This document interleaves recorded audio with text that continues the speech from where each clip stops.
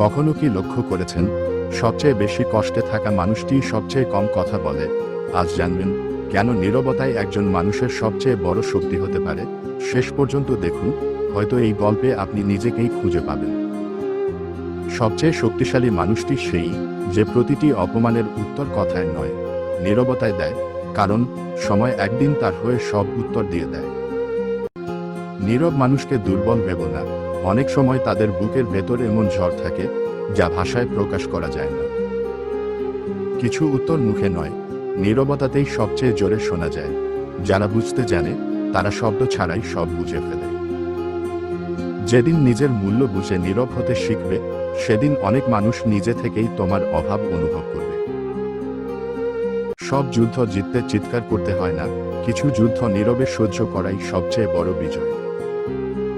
নীরবতারও একটা ভাষা আছে, যেখানে হাজারটা অভিযোগ লুকিয়ে থাকে, কিন্তু একটাও শব্দ বের হয় না।